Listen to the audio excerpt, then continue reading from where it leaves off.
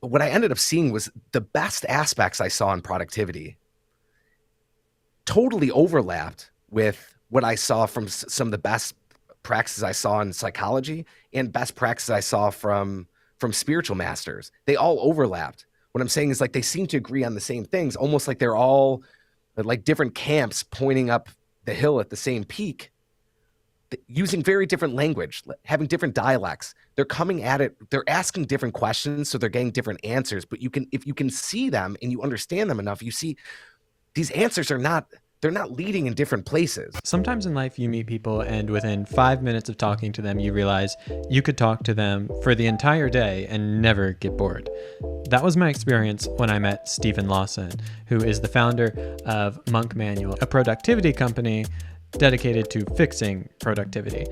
Honestly, I don't even know how to describe the episode that you're about to listen to. I'll say it's one where we went off the script a bit more and we just asked the big questions of life. And I can think of hardly anyone, and perhaps no one, that I would rather do that with than Stephen. He's such a fascinating thinker who is so keen on how it is that we tackle the big questions of life and lead meaningful lives. And I can't think of more important stuff to explore. So I hope that you enjoy this video. I hope you enjoy Stephen and all that he has to share. Without further ado, here's the video. And I think I want to start with these ideas of productivity and maybe more particularly goal setting, because we're at that time of year where whether you're kind of getting into it for your New Year's resolution or because you're going to the family holiday party and you're like, oh, everyone's going to ask me, like, what am I doing with my life? And I should have a compelling answer to that. People are thinking about kind of what's next and what's up. But I'll be honest, I'm a person that I love habits and habit formation and trying to think through those things. But sometimes I think I have a bit of a cynical bent on goal setting. Not because I think it's bad, but I think it's often ineffective for people. So a ton of people are going to set New Year's resolutions this year. They're going to be all different types of things. And statistically, it seems that most of them are going to not follow through on those resolutions. You know, the gyms will be empty by February, as people always point out, and many other types of things. So from your perspective, in my mind, you're like the habit guy to go to for this. What separates the people who are going to set all of these New Year's resolutions and not follow through from those that are actually going to make a difference with these? Yeah, great. So first of all, I want to say, you know, it's interesting because the way you would even describe what the Monk Manual does, what I do is it's like this productivity company that's fixing productivity. The reason being that we lead with productivity, talking about productivity, but that's because that's we're trying to answer some of the questions that people might be asking and meet them in their immediate need, while also recognizing that usually what people are actually looking for is deeper, right? I think what happens is as a person matures over time, it's their questions change, right? So productivity in modern sense gives us very specific answers, good answers actually. It's just potentially to the wrong questions, or maybe to questions that at a certain point we move beyond. What you're describing even about this maybe tension around habits, I think is fairly common, because there's this really there is a culture we have around habits that seems to not necessarily be working for a lot of people. Like there's a feeling like whenever a new year comes around, hey, we should be building habits, but then we also see that oftentimes on the back end they might not necessarily be working the way that we expected. Part of it is the way we even think about habits, the way we think about our own growth is tied to kind of it actually has to do more with like our anthropology of how we think of ourselves in a very mechanical way. And we kind of see ourselves as a bit almost like machines that we just need to tweak. So when you're talking about people, when they go to a new year and they're trying to go and build a habit, but then don't end up actually being able to sustain it, I do think that there's some really good advice you can find online through various books about habit formation and about things you can do to try to bring about a higher success rate. But what you'll often find is that on the deepest level, what actually has to happen is a change of identity. And there's things that can make it easier to have that happen. But our lives really change a lot more through transformation, through when our values shift, through when our desires shift, or we tap in with deeper values, deeper desires. And so I think what happens for a lot of people is they come around to a new year and they're like, I want this. Like, this sounds good. I want to go and lose weight, or I want to get in better shape. But then when March comes around, they've lost some of that inspiration because truthfully, like, they don't actually care all that much about that thing. Yeah, so I think sometimes it would be more accurate to say, not I want to go to the gym more, but I want to go to the gym more, if that makes sense. Mm-hmm. Or, maybe for some of my viewers, they're really wanting to set up some type of like spiritual formation discipline in their life, whether that's, daily prayer, scripture reading, etc. And I think the way that we vocalize that is like, I want to do this more. But when push comes to shove, it seems that it's more that like we don't have that desire every morning, because if we did, it would be easier. So you mentioned there that we need transformation, we need like to change our desires. What have you seen, like how do we change our desires? Mm-hmm. So I think there's a number of ways. One is to recognize that. So if I'm a big believer that if you really zoom out on the whole of our lives, from a very young age, we've been trying to figure out the best way to live, right? And that might not always be an obvious pursuit, but we're always testing things out. We're always trying to figure out, does this work? Does this not? Does this lead me to a greater sense of fulfillment? Does it not? And part of the issue that ends up happening with some of these various habits is we end up pursuing a particular thing, like say it's exercise, and it seems to be about exercise, but really it's a strategy for something. We think that if we start exercising, it's going to result or produce some sort of effect. Sometimes that's an obvious effect, but usually it actually goes deeper, right? So it's like, okay, well, I want to go and be healthier. And you can dig deeper and say like, okay, well, why do I want to be healthier? And oftentimes you'll find that behind their surface levels desires are deeper desires. So in terms of how do you go and actually become more in touch with these deeper desires, one is just really simply by even paying attention, right? So often we're so busy that we're not actually even aware. It's like we're on autopilot, right? We can set, and I've done this myself, where I've actually set goals that felt really important to me at the time that I look back on and they weren't really my goals. What I mean by that is I was just doing it because I wanted to prove something to someone, or I wanted to come off a certain way, or I was trying to, I don't know, maybe prove to myself a certain level of value in this way or that way.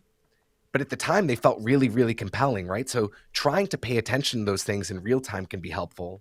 And then in terms of as a practice, I do think that things like prayer can help, but really any form of reflection, any form of slowing down and trying to listen to the quieter things, trying to listen to more of the noise that's coming from the inside rather than the outside, is part of the big shift. That's one of the reasons I'm really attracted to monks, right? Because monks essentially create a container through which more of that interior, they get rid of a lot of the exterior noise. They get rid of a lot of that so that the interior voice, the interior signs and desires can really come up. Monks are a really interesting model to me when it comes to this conversation about productivity, and perhaps they're a good way of putting the finger on the pulse of what it is that you see is maybe broken with productivity. Because I think for a lot of people, if they looked from the outside at monks, they wouldn't, the first adjective that comes to mind might not be like, oh, they're super productive. Productivity seems to be this thing that we attribute to the realm of like the rising CEO in business. It's like what we make LinkedIn posts about, right? But I think when people think about monks, they think of like a contemplative and all of this. And so I'd be curious, when you came up with Monk Manual, which is both, well, I mean, correct me if I'm wrong, it's your business, but is both like the company, but then you also have the product, the Monk Manual, of which this isn't like a plug, but I use this daily. It's amazing and everyone should get one. They really are fantastic. And this one's actually full, so I need to get a new one. But what made you look to monks as a model of maybe a different way of being productive? Mhm. Well, you said something early on where you were describing how people may not necessarily see monks as productive per se, right? And I think that's because when we think of productivity, it's worth identifying what we actually mean by something being productive, right? So sometimes productive is almost a shorthand for busy, right? We like assume if someone's really busy that they're really productive. I actually get a magazine. It's like a business magazine that I've gotten for quite some time, and they always have these features on like the most productive people, right? And you'll read these stories, and a lot of the stories, it's not even really stories highlighting what I would consider productivity, which is linked uh, to intentionality, to actually effectiveness, much more than even efficiency. But it's just telling the story of someone who's really busy, right? But is a CEO, but is someone who is maybe in a position of influence. So being productive is not the same as being busy, because you can actually be busy and very unproductive, right? Just like you can drive very quickly around the block and not necessarily be going uh, anywhere. You're not necessarily progressing, right? Action by itself is not progress. And also, you can drive very, very quickly in a particular direction, uh, but also not being closer to the destination that you're trying to go towards. And that's not necessarily productive either, right? That's not necessarily progress.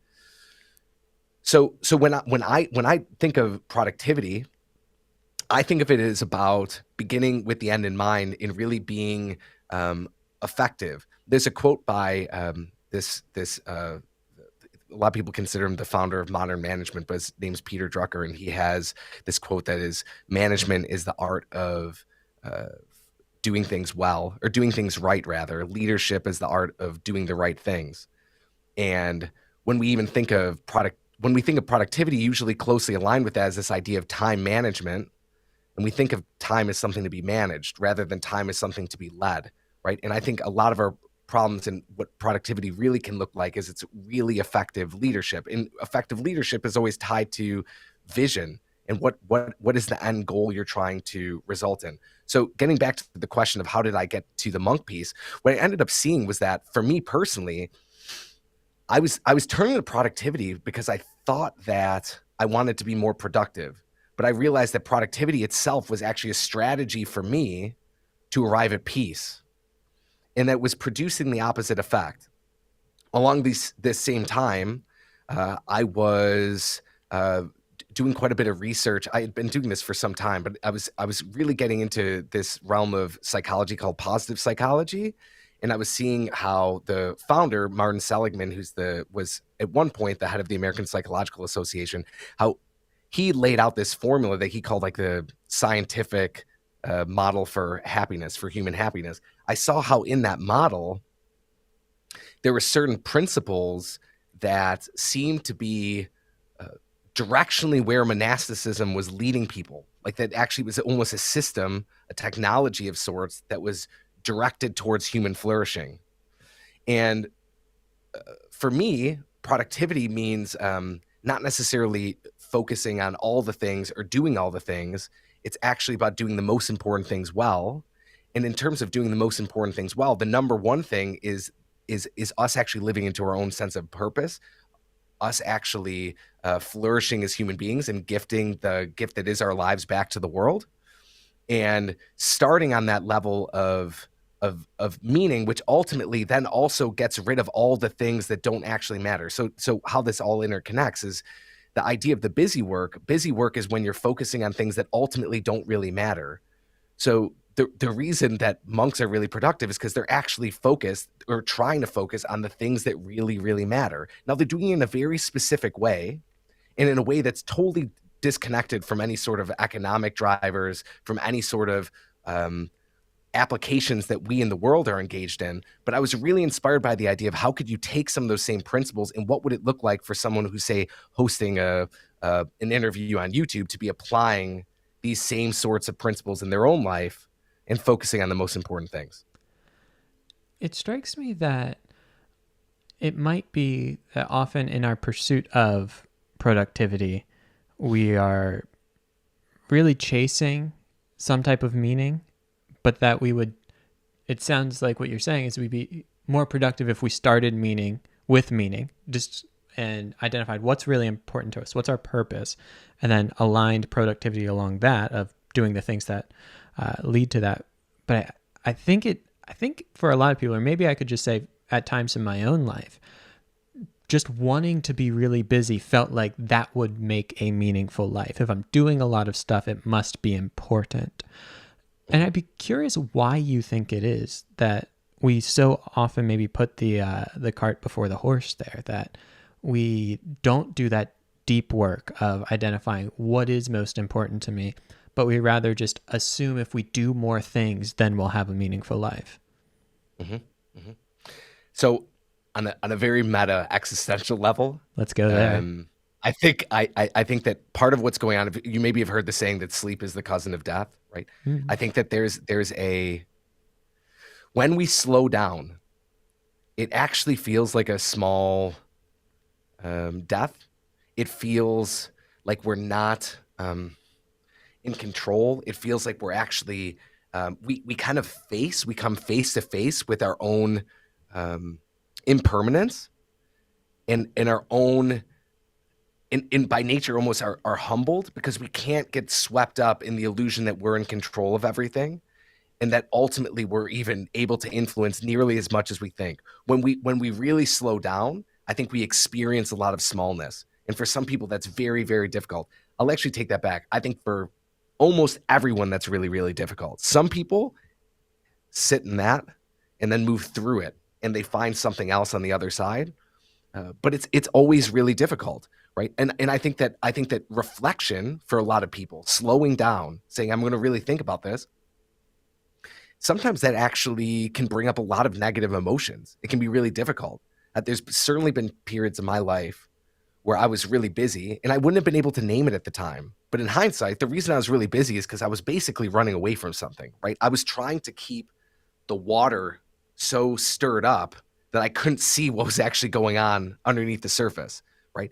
That's not conscious. We're not necessarily doing that consciously, but it does offer us also an illusion of control.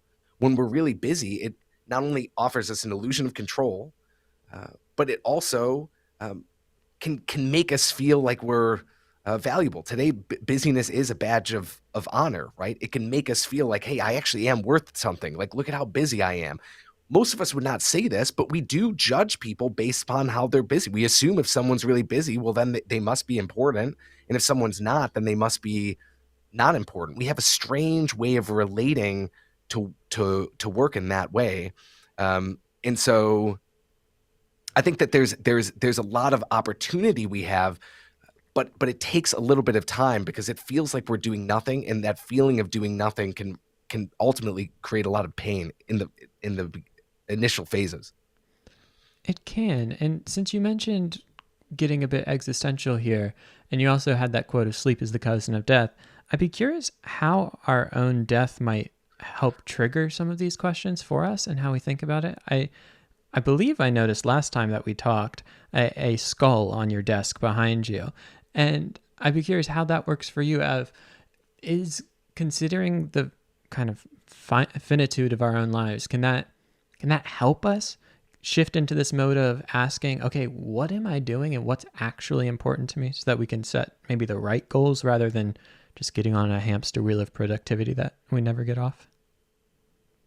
Yeah, there's a lot there. One thing is I'm a big believer that death is very, very clarifying. And honestly, one of the things that's one of the core motivations for me around the monk manual is the fact that I think a lot of people have to confront things towards the end of their life and ask questions that when their life is illuminated in the face of death, end up thinking maybe view their life in certain decisions they made in a different context and may even feel certain levels of regret, right? Around I wish I did this differently. I wish I was more present with my family, or I wish I would have taken this opportunity, or I wish I wouldn't have spent so much time being upset at this person, or whatever it is. And it and the thing is like when people are on their deathbed, there's a lot of clarity there. It's like when you were asking that question about the desires piece, not many people, when they get to the end of their life, are all that worried about what all these other people think of me. All of a sudden, it's like them thinking about like what is actually important to me, right? What is my actual life all about here? And so some people wait until the end to go and ask those questions. But I think that if you can try and engage those things early on and try to really live with death in mind, in a sense, it clarifies a lot. And it also generates a lot more meaning, because one of the things that makes something really meaningful is the fact that it is impermanent. Like the one side of it is that it's there's a pain because there's a sense of loss. But not to this is existential, right? But it's like death and life always like ride together. So to the degree that we can recognize that death is happening in real time, it doesn't just happen when we die. Like it doesn't just happen with our last death. What I mean by that is like when we take our last breath, we think of that as like our we had this long life and then we have one moment of death. That's not really true. Like we're actually dying all the time. Like every single moment is forever going to be what that moment was. It's always a life and it's always a death in real time. And but when you live into that, you end up finding, or at least this has been my experience, that something really life becomes very, very profound, because then every single moment is the only moment it's ever going to be of that. Like right now, this is the only what we're doing right now will forever be what we're doing right now, right? And the beautiful thing is like we have that agency that we always get to choose that, right? We might not be able to choose exactly what happens. We're in relationships and roles, and we show up and we try to be responsible and attend those things and love well and do good. But we do have a lot of agency. And so I actually think about death pretty much like if I was to think of my brain like a computer, I mean, that app is always running. I always have a little tab that's got like, I'm kind of always thinking about death. And that sounds morose, but it doesn't feel morose. It actually feels extremely, extremely freeing and beautiful, just like deeply beautiful. I completely relate to that, but I can imagine someone listening to that and saying exactly what you said. Like that sounds really morose and a bit dark. To someone who is maybe hearing this for the first time and they say, I really like the benefits of what you outlined of thinking about death, of living into that present moment and giving beauty to each thing. But the concept of thinking of my own death sounds a bit like existentially anxiety inducing, perhaps. What would you say to that person for getting started with some type of practice for keeping that mental app open or tab running? Yeah, there's different ways to approach it, right? Maybe the most direct response I would give is you're going to face it someday anyways. And you might as well face it when it can actually inform your life rather than when you're looking back on your life. Because if you face it now, what that means is you can let that inform the life you build. You can actually build the life that honors your death. I do some coaching with entrepreneurs, and I'll often say this, like I really think one of the goals or the opportunities we have, that very few people actually operate in this way. But I think you have the opportunity to actually construct your life in a way that honors your death. And like what a gift that is, if on your deathbed you can look back and be like, I was always living anticipating this moment, and I'm just so like I did it. You know what I mean? I did it with this in mind, right? And I think contextually that's really helpful. But just knowing that that's going to be there, I think can be important.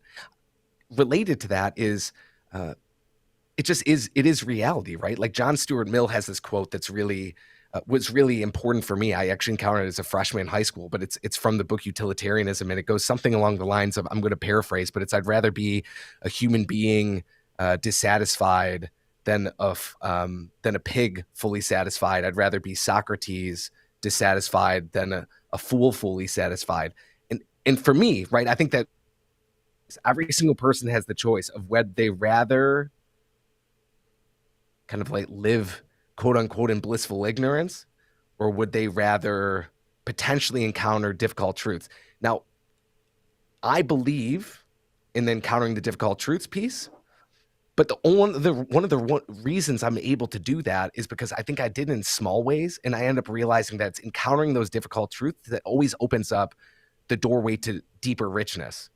So the thing is like, and that's the ultimate piece is like actually what happens is you don't actually lose anything by doing that. There's a fear of if I live that way, I'm going to lose something. You don't lose anything. You actually just gain a lot. It's a little uncomfortable for a brief amount of time, but then you break through to the other side and you just gain. Yeah, I can resonate with that deeply. I'd be curious. We've touched on kind of a lot of different influences and sources here. And in your kind of marketing for monk manual, your kind of personal faith isn't like front and center, but I'd be curious just as a person in your own journey with productivity, in what ways has your faith colored the way that you look at what it means to live a productive life and what it means to live a meaningful life? Mm-hmm. Yeah. So this is that actually is going to sound, I don't know if it's going to sound controversial or not. I'm actually really intrigued by the idea that from a religious faith standpoint, oftentimes the dialogue around it or the questions that are asked around it have to do largely with, I don't know, questions of doctrine or dogma or belief, as if it's a belief in a truth that is an abstracted truth that actually is like disincarnated and has nothing to do with our lived experience. I actually believe that you can also, I don't believe that there's anything that would be held in the truth of faith that is not also on an operative level, also leading us to a greater level of human flourishing, right? Like if you really believe that, say, matters of faith reveal certain aspects of what it means to be human, then faith can actually be a tool that's used for illuminating the path of human flourishing, not something that's a barrier getting in the way, or not even something that's disconnected. Like they're intertwined. So how that pragmatically plays out. I mean, it's funny. I actually had a call with someone once who's not a believer. They're not actually a person of, I think, any faith. But I was saying, like, I really do think at some point science is going to catch up and will prove most things that now a lot of things would be questioned purely on the grounds of like maybe a stance of like revelation, or I just think that there's a lot of things that we're learning that over time the tension or perceived tension between science and faith is going to dissolve a bit. Like even prayer. I mean, there's more research that's been done about how that actually changes the brain, and there's things that with the way the brain works, it doesn't make sense with the models that we have, right? So there's that piece. But I think for me, there is actually quite a bit of research around people find meaning and find fulfillment through something like service, for example, right? And I believe that, and I've just seen this even when I'm working with clients, when people go and they turn towards approaching their life primarily through the lens of like, what good can I create? And it goes from how do I prove my worth to how do I share the gift that is my life, right? So it's starting with this level of gratitude. It's starting with this awareness of goodness. And then it's about how do you go and essentially cultivate more goodness in yourself, in the world around you. There actually is quite a bit of psychology. You're going to have a very hard time finding actually like psychological resources or anything validated that's going to argue against that as a pathway for increasing happiness, as a pathway for even physical resiliency. Like a lot of these things are interconnected. And so for me, when I'm thinking about productivity, it's all interconnected. And this is one of the things I didn't touch on this earlier, but when I saw, what I ended up seeing was the best aspects I saw in productivity totally overlapped with what I saw from some of the best practices I saw in psychology and best practices I saw from spiritual masters. They all overlapped. What I'm saying is like they seem to agree on the same things, almost like they're all like different camps pointing up the hill at the same peak, using very different language, having different dialects. They're coming at it, they're asking different questions, so they're getting different answers. But if you can see them and you understand them enough, you see these answers they're not leading in different places. Do you know what I'm saying? Mm-hmm. So So, but for me, it's heavily informed, but it's heavily informed not in like a disincarnated way, but heavily informed as in I feel like it's provided me uh, it's provided me a path to maybe take a few shortcuts and understand some things that otherwise would take a lot of work to understand. I like that because I think, even in the way I phrased the question and the way that we so often phrase the question is it almost seems to imply that like we have these secular ideas or secular pursuits, but that maybe we can like sprinkle a little religious flavor on top of it and it'll maybe make it a little better, or that these things exist in separate spheres. But I think what I'm hearing you say and what I would agree with is that like these things deeply overlap. And one of the things that's been just interesting for me in my own journey is seeing, in our own cultural moment right now, there's so much emphasis or so much interest, I suppose, in things like productivity or things that we might label as like self-help or various pop psychology things. And what's funny is it's often portrayed as like we've figured these things out for the first time. Like we've got these new ideas, but they're very old ideas and they're things that have been in the Christian tradition for a very long time. But what's almost a little painful for me at times is that it's like we've almost forgotten that they're there, or that the church isn't doing a good job of saying like, yeah, like we can deliver on these things that you guys are looking for. And in fact, we can deliver it with a maybe more meaningful kind of substratum to it and a bit more collected wisdom there. And that reminds me of a question that you asked me. I think it was the first time we met, which is probably when I realized this is my kind of guy. When you asked just, what is God up to in the world? And we talked a bit about that. And so I'd be curious, as you look at things like productivity, and you're seeing that all of these voices are kind of coming to the same conclusion, what do you think God is doing with that in our time? That there is such interest in these things, but yet the church hasn't maybe done as good of a job as it could in kind of stamping its flag on these conversations.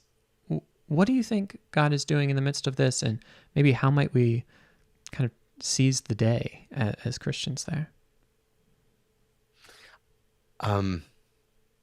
So it's a big question. That's why I love talking about it. I wouldn't be so bold as to say I know exactly what God is doing. I also think that it's not what God is doing is very multifaceted Sure. and is happening on a lot of fronts. I think collectively, what you're seeing increasingly is a bit of a gutting of meaning. And what I mean by that is there's a lot of dissolution of meta-narratives, not only meta-narratives around institutions, but meta-narratives around self, meta-narratives around community, about what's worthwhile, what's not. Even to the degree that now, I think previously there would even be like a lot of meaning caught up in like, I'm going to go and I'm going to work and I'm going to have this job and I'm just going to provide for my family. And there's enough meaning in that can just be held, right? I don't think that's the case now. And again, anytime you say Sure. it's too broad sweeping to say that's across the board, but I think the younger the generation is, the more there's a feeling of like, I don't really know if having this car or having this job or just growing a career is necessarily what's going to be meaningful. So there's a strong tension, I think, that comes out of that. And I think when tensions arise, things happen. And what exactly is going to happen, I don't know. But I think that there's I tend to be an optimist. So usually when I see what other people might call like a crisis, I see an opportunity where I see like, okay, there's something that could actually be really good that comes out of this. Because I do think that there's a progression, like there's something that's always progressing. Because otherwise, like why would things keep going on if they didn't have to, right? If there wasn't actually some sort of path being played out, some process to things. I do tend to believe that there's a process to things, both on our individual level, like through the monk manual, I'll often talk about this idea of like a process of life, but also collectively, like that there's a process to humanity that's taking place.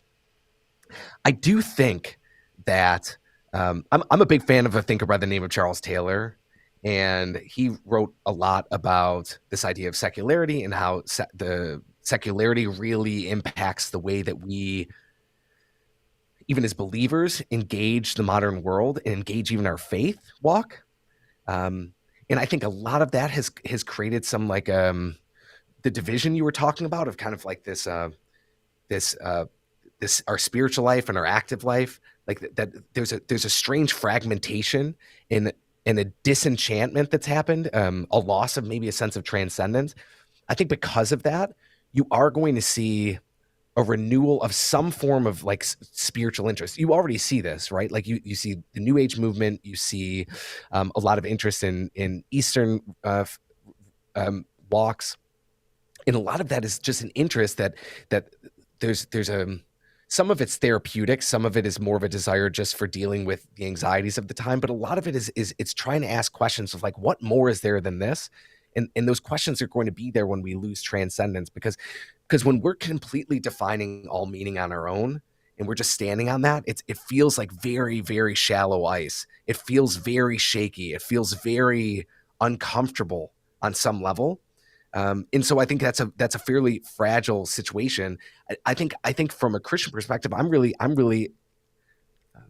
big on the belief that monks actually could play a really powerful role. There's this weird thing actually that's happening in that there is this interest in monks that's happening on a I don't want to say global standpoint, but in the West, certainly this real kind of renewed interest. Like you could even take something like Star Wars, right? Star Wars is one of the biggest things around, and it's essentially warrior monks, right? That people just go around and celebrate. Um, but you see it in different pockets, Silicon Valley. You see it in a lot of different spaces. This interest, and I think that there's two things about monks that really stand out, maybe three.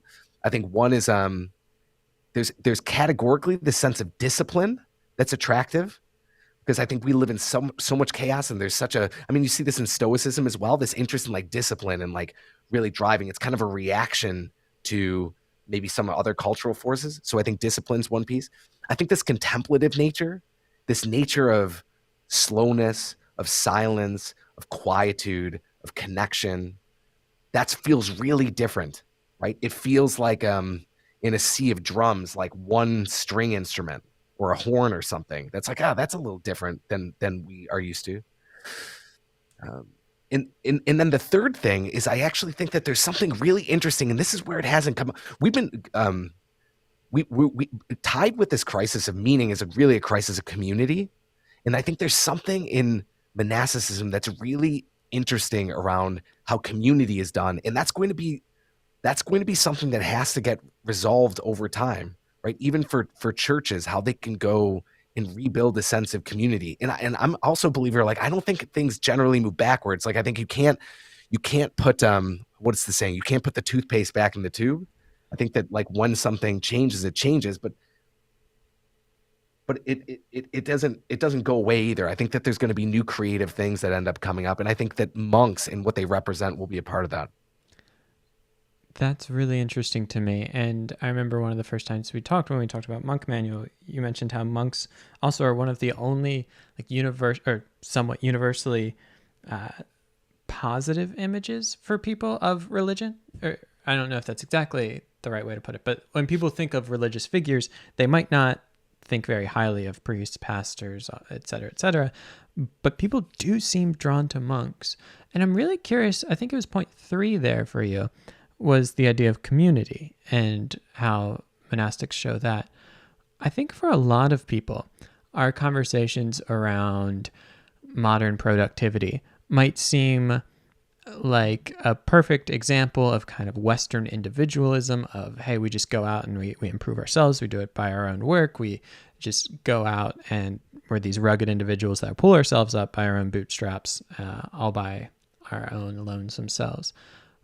But community seems like it's somewhat different there. And so I'd be curious how we might connect these two ideas of productivity and community. And I'm guessing it goes back to our sense of meaning, because I think we do have a yearning for both of these things, to be productive and to have community. But it seems that amidst our interest in productivity, we don't often put community in that same category. So how might we wed those two ideas? I love that question. I love that question because it almost feels like these are the things that I think about all the time. And it's funny because the things that you're connecting it's like the exact same places I I've been trying to live and ponder and understand. So I think 100% productivity is actually about meaning. Like it's actually about how do I go and generate meaning in my life? How do I make myself feel useful? How do I maybe and there's a lot of levels to that, right?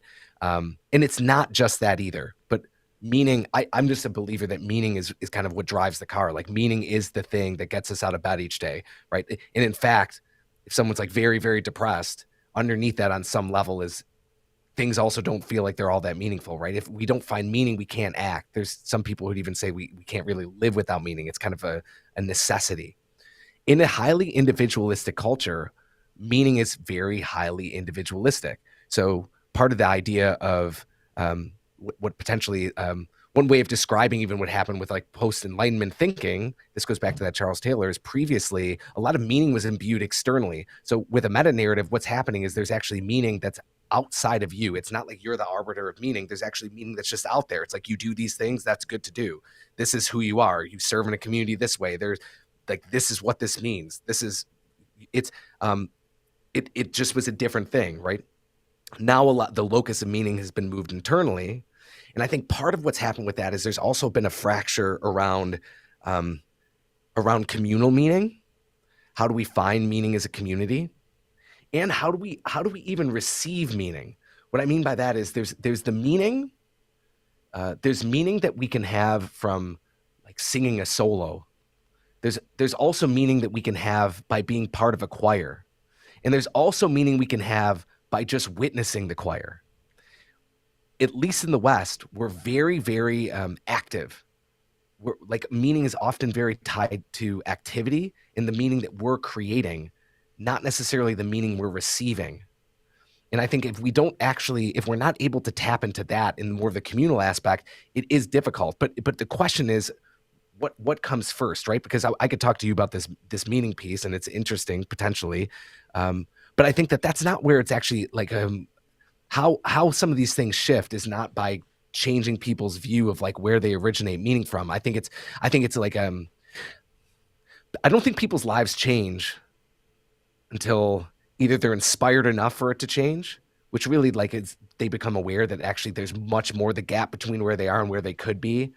Um, is big enough that they feel like it's really worth it, or things get bad enough. So they say like addictions are kind of like a downward spiral, right? Eventually, if like we like communities keep on feeling more and more um, like disconnected, or that we're missing that more and more. I think there's going to be a lot of questions of like how do we go and replace that? And some people will give some answers to that through technology or this or that. And I think that will probably have some therapeutic uses, but it won't actually lead to deep flourishing on a human level. And so I think that how you actually go and resolve some of those questions of meaning is by models for community that may be rediscoveries of certain things, or they may be new interpretations of things that once existed previously. We're talking right now. I mean, prior to our conversation, right? I was sharing that I like to kind of improvise, right? What we're talking about, this is not this is where I am right now. Actually, next year, I'm planning on spending the majority of my year on a personal level trying to explore these questions because this is what I'm really interested in right now. When you say these questions, the question of community, or what other questions are on the list for you of figure out in 2024? Yeah. Okay. So when I first created the Monk Manual, I knew that I was really inspired by the idea of trying to port over principles from monasticism that I thought could be lived out, not in form, but in function in the world. So I think a lot of times we get confused. Well, people look at a monk and they'll think like, oh, that has nothing to do with me because they look at the form. They don't necessarily look at the function behind the form. And I think that we can mirror a lot of the function. The form's just going to be different. But I knew at that point, like through a company that was a productivity company, through a company that was providing planners and now courses and things of that nature, there were things we could do to direct people outwards, and that we had to do that because ultimately if you're directing people towards flourishing, it has to be directing people in that direction, right? Because ultimately if you just make a tool that makes it easier for people to turn inwards on themselves, that doesn't actually help them, right? It's a bad strategy. But um, but at the time I also recognized that community is such a huge part of of, of being a monk, right? It's such a big part, right? That collective um, movement, that collective mission, that sense of place. And at the time, I thought I didn't understand it well enough in order for me to go and try and tackle that. Also, it's like one thing at a time. But increasingly, in my own life, it's just been coming up a lot. Like I try to honestly, the way I live my life is I try to just pay attention. I think that I once read something that the reason monks go to the desert is so that they can see the signs, right? So I try to live that way. Like I try to stay quiet. I try to pay attention. Like what are the things that keep coming up? What are the things? And I'll have conversations where all of a sudden people say the same thing in multiple conversations, or things come up in this way or that way, and I try and pay attention. And the community piece has been coming up a lot in my personal life, in conversations like this. Um, and there's just something there that feels really, really important. Part of it is it's really hard to sustain great practices if you don't have some sort of network that's also holding you in that. I think the only way you can do that is if you essentially live like a hermit. And you can live like a hermit in the world. You can live in kind of a protective bubble and do your own thing. But if you really but I think that's not optimal for most people. I think what's optimal for most people is to actually be in a really strong, connected relationship. Because you can also, one thing is like the hermit thing also is a pretty fragile existence. What I mean by that is relationships also keep you in check. Like they make sure you can relationships hold you accountable. It's really hard to grow just on your own. I think it opens up different dangers, and so that's something I'm really interested in. And I think, I mean, I'm also interested. I don't see myself as playing a role of trying to like fix problems in any particular Christian denomination or in Christianity in general, because I think that's way too audacious. But I am inspired on some level by thinking that there's certain things that like if you're running a business uh, and sales go down, you could argue like, is the product wrong? Is it um, do we not have the right marketing? Like what's going on? I think that the actual, I mean, the product's a good product. So that's not the issue. So I think community is part of it though. Like I think that there's something about how do you go and deal with a a world that today is very different than it was 50 years ago, 20 years ago, 10 years ago. You know what I mean? I do. And it seems, at least anecdotally, but I think also I've read some studies that our participation today in any type of organized communities, whether that's a church or whether that's, a knitting group or whatever it is down. We're not apt to commit to things. We are very transient. Just as a society, we move around a lot. And yet we're starving for connection. We're starving for it. And I think we know it. I've had some very honest conversations with people over the past year where they're about my age, they're in their 20s. They're coming up to me and they say like, I realize I don't know how to make friends. Like I don't know how do people do that? I'm not in school anymore. I work with a bunch of people that aren't my age, or I don't know. Like and it's difficult for them to say, but like recognize like I actually don't know how to make friends, and I really want friends, and it's a vulnerable thing, and I really respect people saying that. And so I have two questions I want to ask before we wrap up, just related on this point. But I guess the first, and maybe it's unfair to ask as you're still figuring this out. This is the 2024 question, right? But to those people that are saying like, I want a community, but I don't know how to do it. Like, I actually feel like I've lost the social muscles, the muscle memory of how to make friends and develop a community, maybe in a new city or in a new place. What advice do you have for that? How do we go about it? Okay. So first I'll say that I feel like my generation, because I'm a little bit older, I'm 36. I'm actually terrible with remembering how old I am, but I'm pretty confident I'm 36.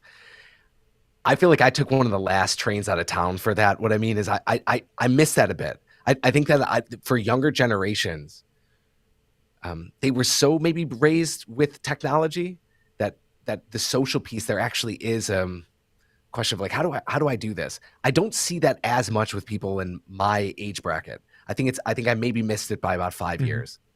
So I'm speaking from an outsider, not from Yeah. someone with specific experience. And I'd actually love to hear your answer to that. With that said, just off the cuff, I think like anything, part of what's difficult is whenever someone wants something, they want it, but also there's usually fear. Any sort of Hmm. change brings with it fear. What is this going to mean for me? How is my life going to change?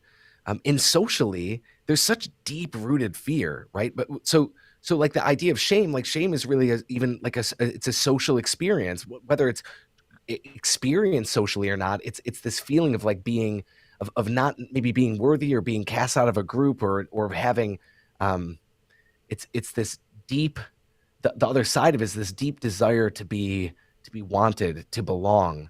And so in a sense, that dynamic is it's cutting at the heart of some very, very deep um, aspects of what it means to be human, right? I think that personally, I think that at the end of our lives, relationships are probably it might not be the number one thing, but it's pretty close to the top in terms of I think what ends up giving us meaning, where we end up in looking back, and it's like how we define our life. I think comes down to a lot of relationships. So when we're feeling tension around that, or being like, I don't really have this, like I feel like I'm not connected. I feel like I'm kind of isolated. I feel like I don't even know how to do it.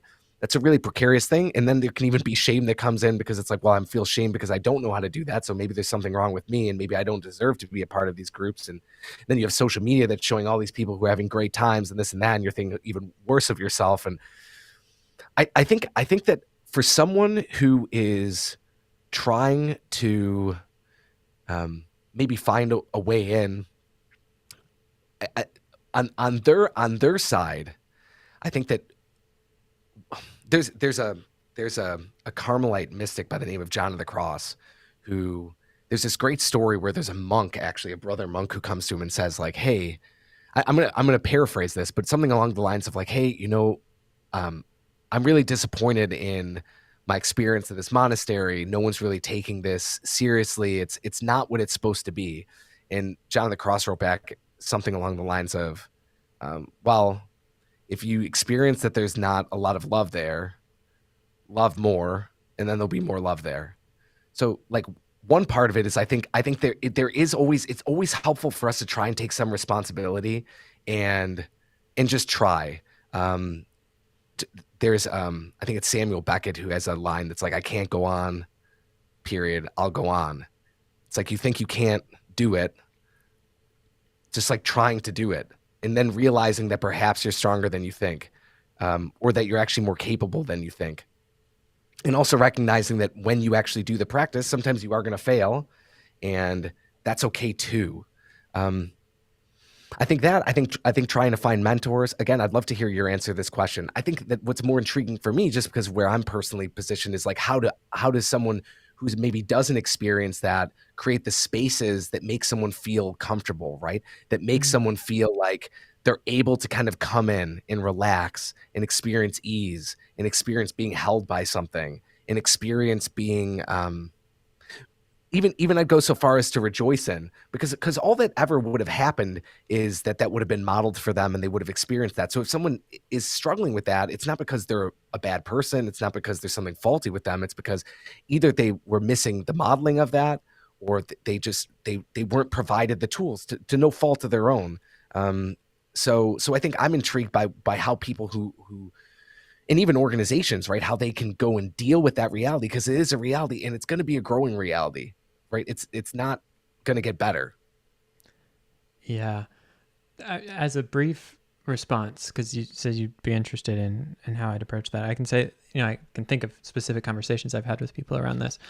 The first thing I'd say, and you mentioned shame, that we often can feel shame around this, and shame often makes us feel like we're the only one, right? It's an isolating thing. And I think the first thing that's helpful to realize is that if someone is feeling this way, they're definitely not the only one. And chances are the people around them in their same age category and bracket, like there's probably other people that just as desperately want to make friends and just don't know how to do it, which I think should actually be an encouraging thing, because I think if we go into social environments with the assumption like, actually the people here, they want to make friends too, like they want the same thing I want, it should be easier to bring that thing to fruition.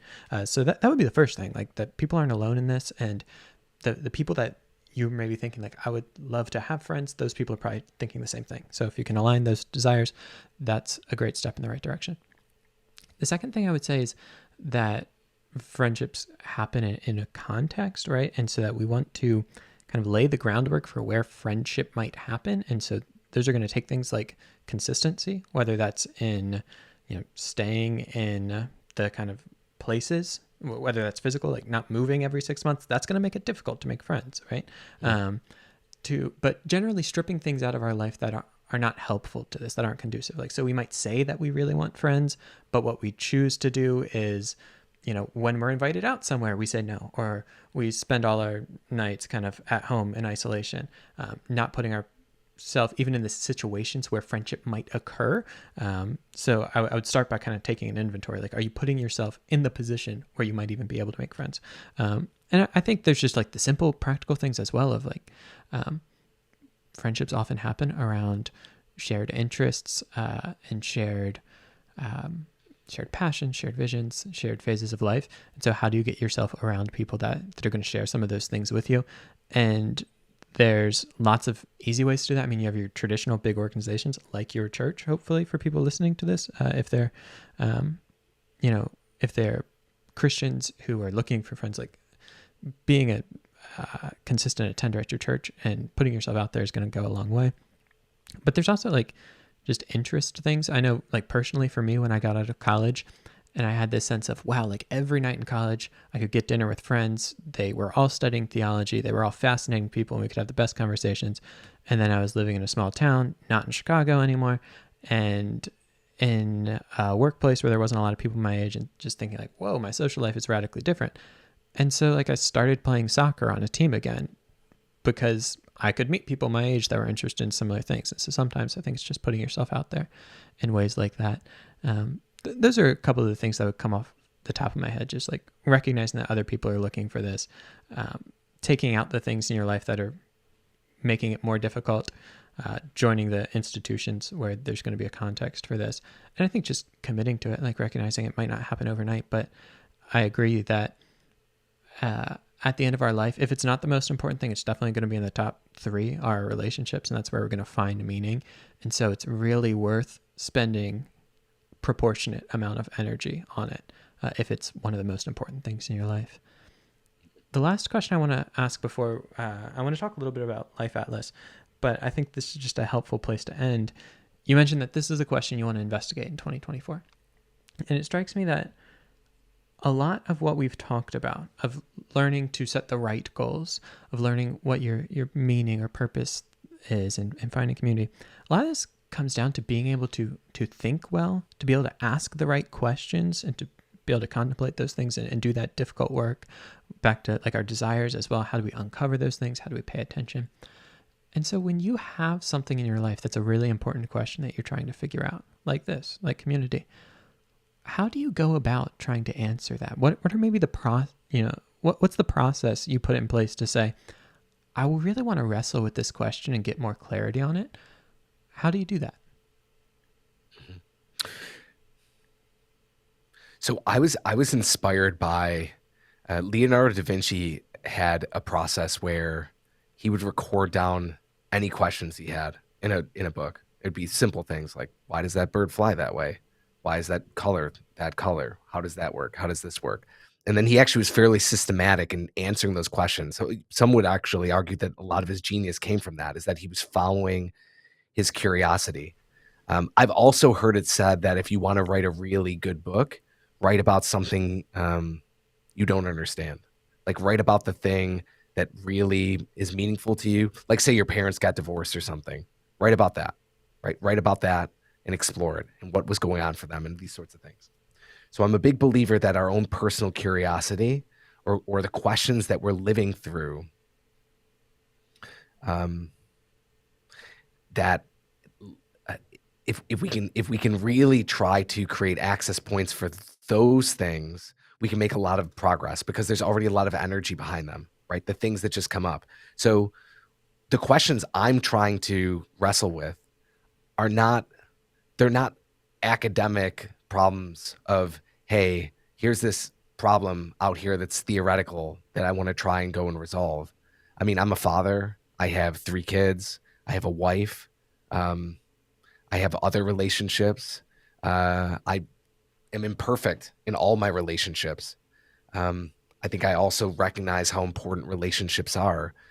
I want to be a better friend. I want to do this whole life thing well.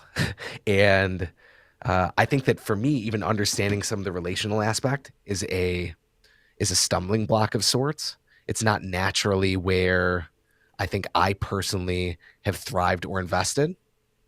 And I'm recognizing that I want to invest more and understand it better because I think that it's a high leverage point. Um, but then also, obviously, missionally, there's a lot of connections with what I'm doing. So I tend to find that like it's almost like a lot of times for me, it's like a Venn diagram where there's all these aspects of my life that are kind of aligning. How I actually go and then explore these questions practically. So I use the monk manual that you had held up earlier, and I will meditate on, like, I'll journal every single week about a question for a month.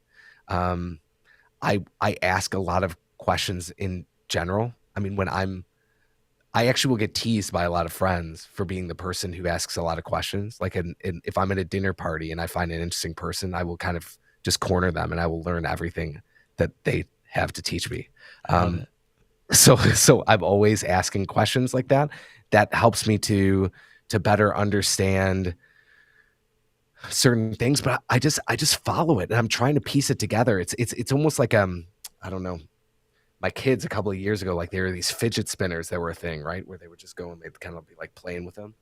A lot of times, like, if there's a core question, I'm kind of just like spinning over it and I'll be driving, some will come up.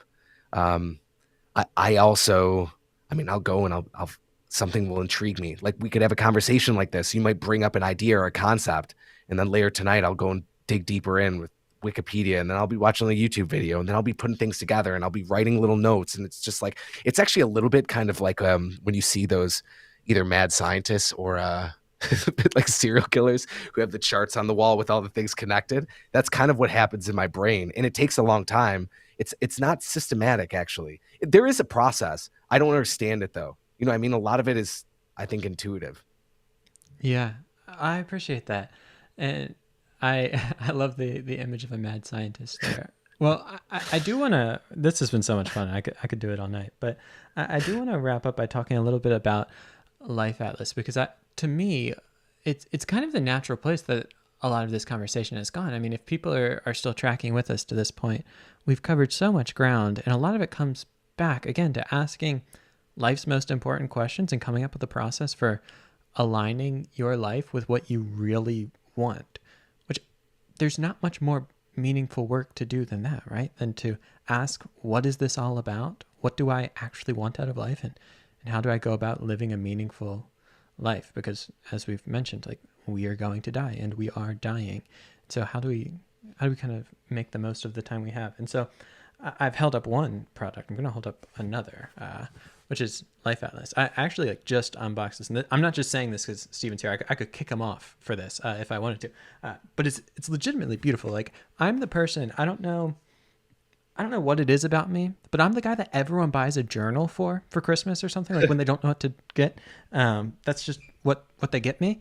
So I have lots of journals, and just like the feel of this that is so great, and the way you've put it together. But more than just kind of the physical nature of it is the thought behind it. And it's not just this product, but there's also the course. And so if people have enjoyed this and they're saying, man, like, I'd love a better process for how I go about making the most of the time that I have, and they're intrigued by what you've said and they want to learn more, could you just give a brief kind of overview of if they signed up for Life Atlas, what would they be getting out of that? Sure. Yeah, well, I first of all want to say that what people are even experiencing on this conversation, um, a lot of it is kind of theoretical, abstract. I think I just love. I'm excited just even to talk with you because I know that we can have interesting conversations. So we're kind of going up into the sky and talking about these things. It's not necessarily the most pragmatic. Life Atlas itself is actually a very pragmatic tool, and the goal of it is trying to help you set and achieve goals that are actually personally meaningful for you and aligned with your deeper desires. A lot of times when people think of productivity, it's this emphasis on efficiency. How do we go and shave off time here, there? I that the real big wins are when we decide like, hey, that thing wasn't actually the thing to pursue to begin with. The thing is, monks, and one of the things that inspires me about them is they actually they say no to things so that they can say a greater yes to something else. In fact, they actually say no to a lot of things as much as possible, really, so that they can then make a greater yes for the things that really matter. And the reality is every time we say yes to something, it's a no to something else. And so the idea with the Life Atlas is helping you to zoom out on your whole life and think through what is it you actually want on your life. Like let's go to your deathbed type experience, and what is it that you want your life to produce for you? What is it that you want your I don't like to say the word legacy, because legacy it feels almost like self-aggrandizing. I mean more so like, what is it that you want to invest your life in? What do you want your life, the song of your life, to be, essentially? And then from there to go and set like what are these yearly goals that you want to focus on. There's a big emphasis on also kind of constraining the scope, because sometimes we actually fail to make any progress because we're like, all right, it's a new year and I'm going to go and do these 15 things. And the thing is nobody can go and do those like 15 things, right? It takes a lot of energy and courage ultimately to go and do new things. A lot of the things that you want to do you haven't done. It's not because you can't, it's because it's actually really scary to go and take on your most important work. So there's an emphasis on taking things on a macro level, on the whole of your life, drilling those into yearly goals, and then following them on a quarterly basis. So you have a whole check-in mechanism and this and that. I think one other thing that's worth mentioning is the monk manual, which is somewhat unique, is there's an equal emphasis on the being side of being human as there is on the doing side. A lot of like productivity, it's focused on just like, oh, how are you going to go and do more? But the idea here is it's actually about focusing on being and becoming as well, because that's a really rich space. And when we don't actually carve out the space and intentionally create just as much space for growth in those areas, we tend to not really invest in them. The most important things are rarely ever urgent, right? And things like who you're becoming are very, very important, but usually not as urgent. So that's the emphasis there. So Awesome. Well, thank you so much for that. And not only is there the Life Atlas physical product, but it's a course as well, correct, that people can go through and yes, accompany that. And you have very generously offered to a promo for the people that watch this channel. I'll put the link up on this video, but I believe it'll be Gospel Simplicity is the promo code that they can use. And I believe that's going to get them, is it $100 off the course if they enroll in that? yeah, that will give $100 off, and it includes the course and then also that physical book. And just really quickly on the course piece. So what the course is doing is it's guiding you through the tool, but it's also guiding you through just high level strategies around goal setting, goal achievement, that sort of thing. But again, in a very holistic way, not just how do you go and be a more effective producer, but how do you go and build a more meaningful life. I love that. And if there's one thing to move the needle on in 2024, any year, I really think it's on becoming more of who it is that we were created to be, and creating a meaningful life. And so I can't think of a better investment for 2024. I don't just say this as like a partner in this, but as like I'll be doing this in 2024. I think people should as well. We actually met because I was glowing on LinkedIn about how much I love Monk Manual. I was like, they don't pay me to say this, but like, it's the best thing. You responded, and then we got to know each other. So I'll have the links for Life Atlas down below. Stephen, this has been an absolute pleasure. Thank you so much for this. If people want to find you, where should they go? Monkmanual.com. And then most of our social handles are just at Monk Manual. So yeah, they can check us out there. We got a lot of other resources, a bunch of free stuff too. There's actually a free training on our website on the top right-hand side. You can go and click and download. That goes a bit deeper into some of the ideas of whole person productivity, with also some more practical applications. So yeah, would love to have, if any of this resonated, would love to have you come join us. I'm planning on doing this for the long haul. This is where I want to spend a lot of my time. So I'm here for it, and I'm ready for all the future content that you produce. I will be an avid consumer of it. Stephen, thanks so much for your time, and thanks to all of you who watch this sometime in the future. I don't take either of your times lightly, and I'll close as I always do by saying until next time, be on the lookout for more videos, but far more importantly than that, go out and love God and love others, because truly, above all else, that will change the world.